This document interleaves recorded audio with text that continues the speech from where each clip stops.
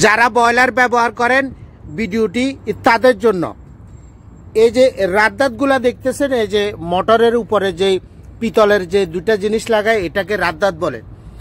ইদানিং আমি অনেক ভিডিও পাচ্ছি বা কিংবা আমি কমপ্লেন পাইতেছি যে এই রাতদাঁতগুলা বারবার খারাপ হচ্ছে, যার দরুন মোটরটাও খারাপ হয়ে যাচ্ছে। কারণ রাতদাঁত যখন খারাপ হয়ে যাবে, গরম পানিটা নিচে আসবে, তখন কিন্তু মোটরটা আপনার জাম হয়ে যাবে এবং জ্বলে যাবে।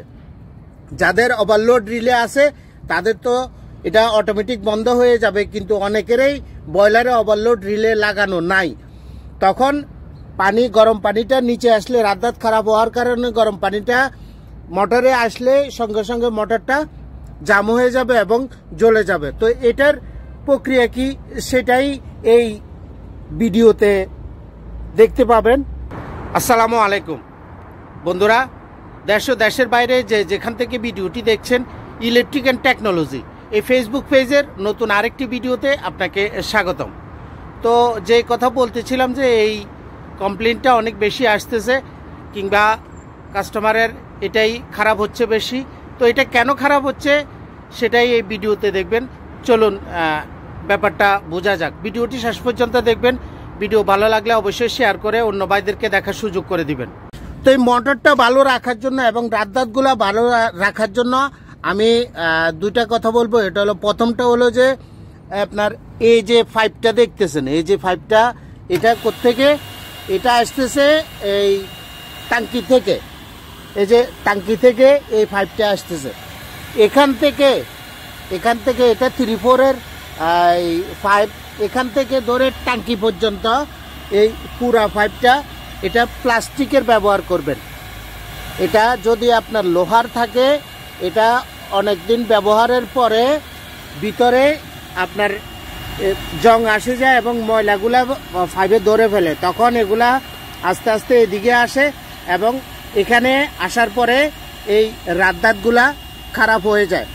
এই কারণে যাদের এটা প্লাস্টিক আছে খুব ভালো, যাদের প্লাস্টিক নাই তারা চেষ্টা করবেন এই পাইপটা, লোহার পাইপটা চেঞ্জ করে এখান থেকে টাঙ্কি থেকে ধরে এই পর্যন্ত এই প্লাস্টিকের পাইপটা দিয়ে দিবেন। তবে মনে রাখবেন, প্লাস্টিকের পাইপটা যেন 1 নম্বর পাইপ এবং গরম পাইপ ব্যবহার করবেন, প্লাস্টিকের, ঠান্ডা না, এই পর্যন্ত।